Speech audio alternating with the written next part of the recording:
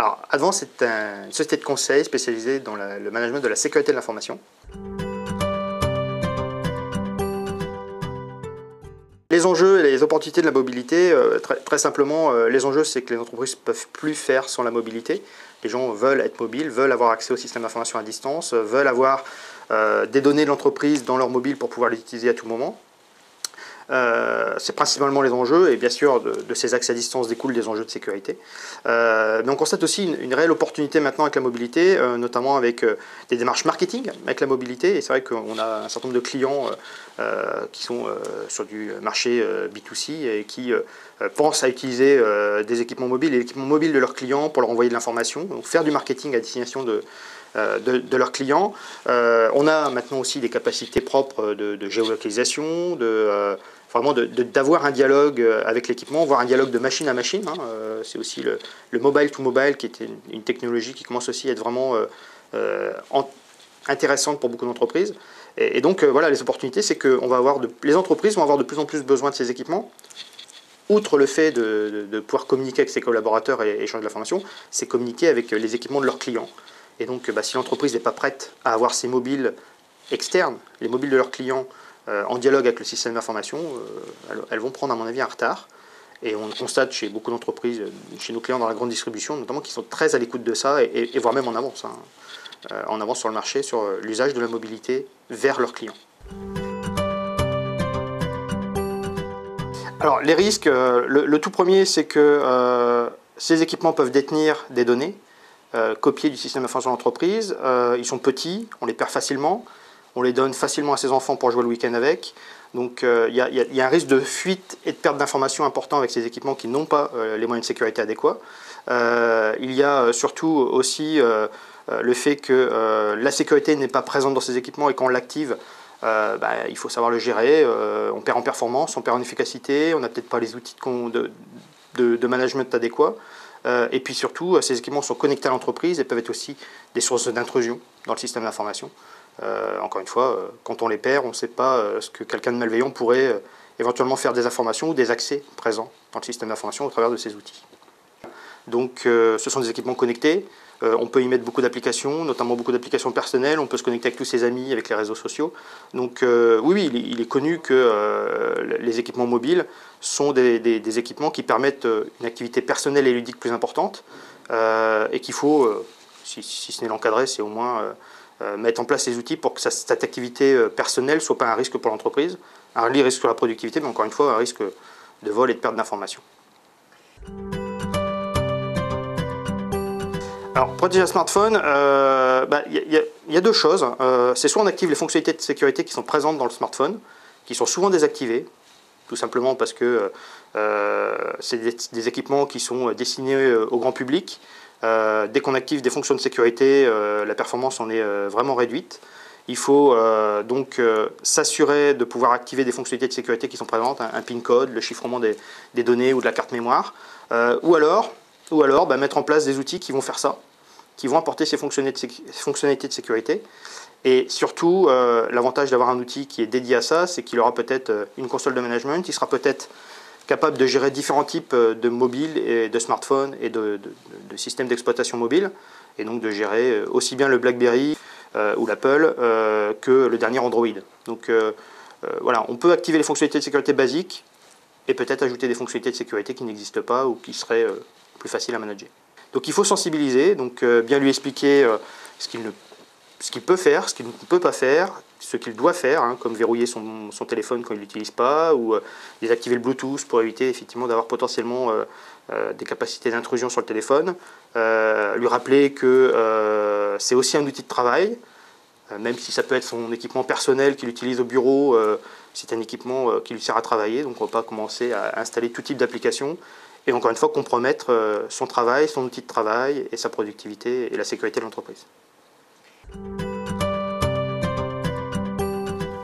Alors, en fait, en matière de sécurité de la mobilité, il y a deux voire trois grandes familles.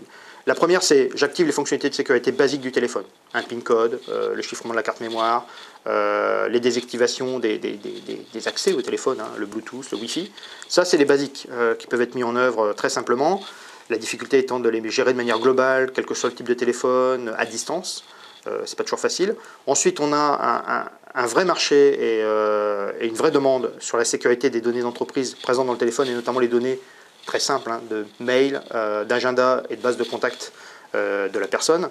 Donc ces données sont dans le téléphone, on l'a démontré, elles ne sont pas sécurisées, donc on peut mettre en place des technologies pour les sécuriser et vraiment assurer que ces données pro synchronisées avec l'entreprise sont sécurisées. Et puis on a un troisième grand challenge, c'est de dire la mobilité, c'est la sécurité, c'est la sécurité des données, mais aussi la gestion globale de ma mobilité. Et là, on parle de solutions de Enterprise Mobile Management, donc la gestion globale de la mobilité au niveau d'une entreprise, où je vais gérer la sécurité, gérer l'inventaire, gérer le déploiement d'applications, gérer le déploiement de données, gérer peut-être la qualité de service aussi de la communication mobile. Et là, on a un nouveau modèle de management de la mobilité, avec des outils qui vont gérer globalement cette problématique de mobilité dans les entreprises. On choisit en fonction des besoins et des besoins qui pourraient ressortir d'une analyse de risque autour du risque de la mobilité. Souvent, on part sur des solutions basiques de sécurité pour sécuriser les mails et l'agenda pro, parce qu'on considère que ce sont des données sensibles qui pourraient être compromises à l'extérieur.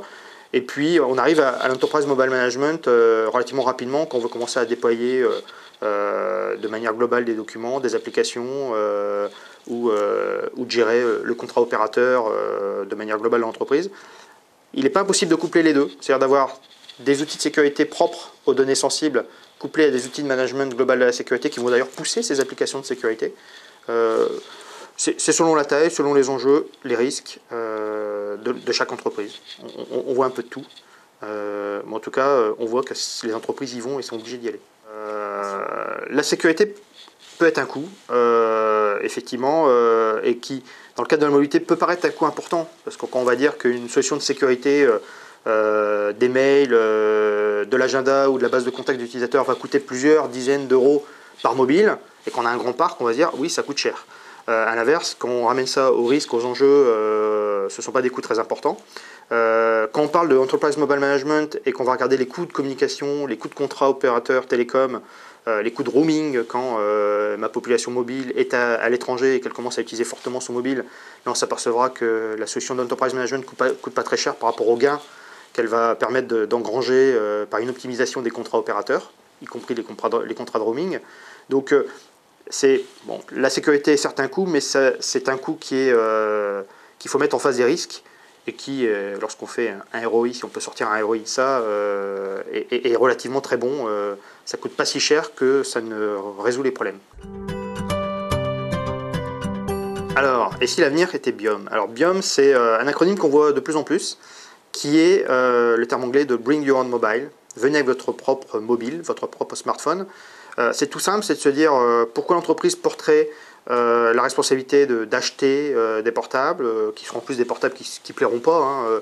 On voit de plus en plus de gens qui ont dans la poche gauche le BlackBerry Pro de l'entreprise qui n'est pas beau, que j'évite de sortir. Autant dans les années 2000, c'était bien de sortir son BlackBerry, ça faisait bien. En 2010, avec la concurrence aidant, sortir son BlackBerry, ça fait un peu rétrograde et un peu old school. À l'inverse, dans la poche droite, j'ai le dernier smartphone tactile qui va bien, qui est super beau, qui est super rapide, qui fait plein de choses, qui me connecte en permanence à mes amis. Donc on a cette double mobilité, hein, pro-perso. Et donc pourquoi pas dire aux collaborateurs, vous venez avec votre propre téléphone que vous avez choisi, pour lequel peut-être vous avez payé, et ça l'entreprise n'aura pas investi ou investi de manière limitée dans cet équipement. Vu que c'est votre équipement perso, vous y ferez certainement plus attention que l'équipement pro. Hein. Là aussi, les entreprises nous ont dit clairement que le taux de casse, de perte ou de BlackBerry qui passait à la machine à laver était beaucoup plus élevé que le taux de smartphone perso cassé par l'utilisateur lui-même.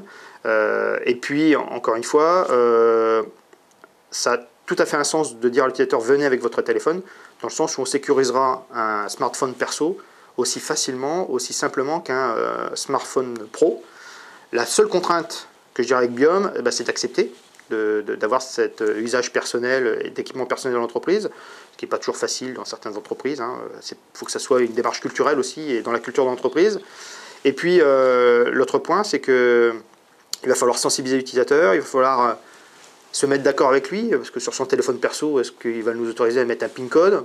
Pas forcément, parce que le téléphone il sert la semaine aux collaborateurs de l'entreprise et le week-end il sert à sa femme ou à ses enfants ou à son conjoint.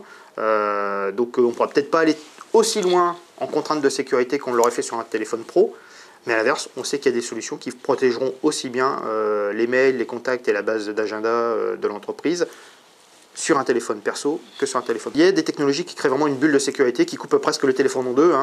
Cette activité perso avec les photos de famille, les applications de réseaux sociaux personnels et le surf personnel, voire, parce qu'on l'a vu aussi, l'accès à la télévision sur le téléphone.